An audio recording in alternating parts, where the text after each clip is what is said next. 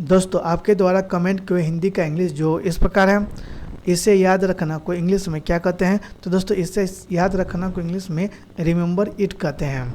Next है मुझे बोलने दो को इंग्लिश में क्या कहते हैं? तो दोस्तों मुझे बोलने दो को इंग्लिश में लेट मी स्पीक कहते हैं।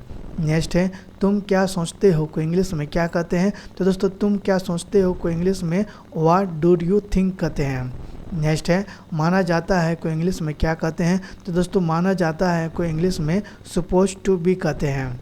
नेक्स्ट है हो सकता है को इंग्लिश में क्या कहते हैं? तो दोस्तों हो सकता है को इंग्लिश में माइट बी कहते हैं। नेक्स्ट है खुलकर बोलना को इंग्लिश में क्या कहते हैं? तो दोस्तों खुलकर बोलना को इंग्लिश में टू बी फ्रैंक कहते हैं। नेक्स्ट है जाने भी दो को इंग्लिश में क्या कहते हैं? तो दोस्तों जाने भी दो को इंग्लिश में लेट इट बी कहते हैं। नेक्स्ट है शायद को इंग्लिश में क्या कहते हैं? तो दोस्तों शायद को इंग्लिश में मे भी कहते हैं। नेक्स्ट है ऐसा ही हो को इंग्लिश में क्या कहते हैं? तो दोस्तों ऐसा ही हो को इंग्लिश में सो बी इट कहते हैं।